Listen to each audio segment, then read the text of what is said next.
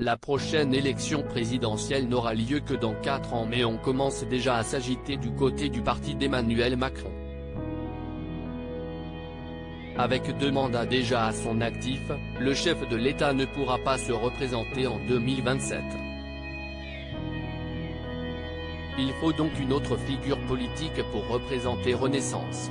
D'après ce que rapporte Le Parisien ce mercredi 22 février, plusieurs marcheurs se verraient bien tenter leur chance aux urnes.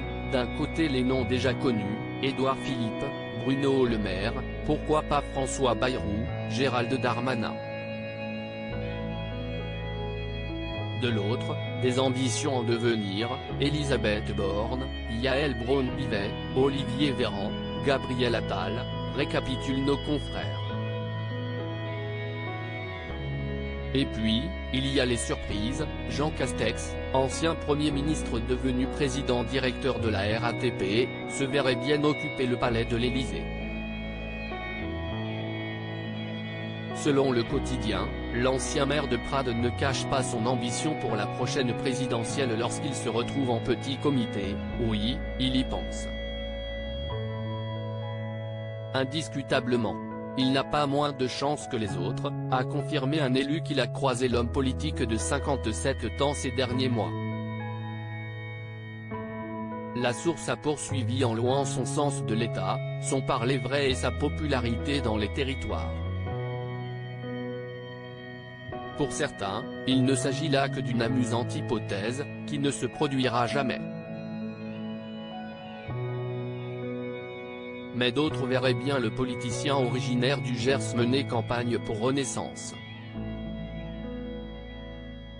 Un confident du président a souligné, au reste, que tous les noms précités sont loin d'être entre eux les meilleurs amis du monde et que le choix du candidat risque de partir dans tous les sens et que ça soit très violent. Supérieur à Jean Castex, Édouard Philippe, Éric Dupond-Moretti.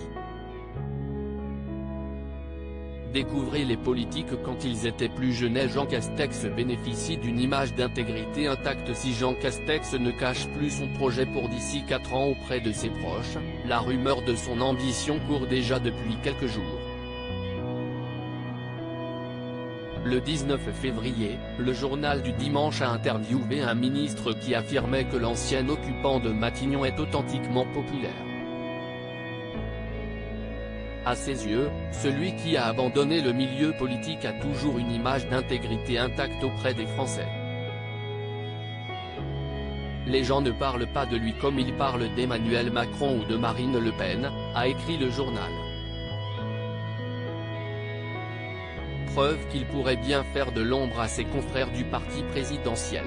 Crédit photo, Alexandro Segarra panoramique.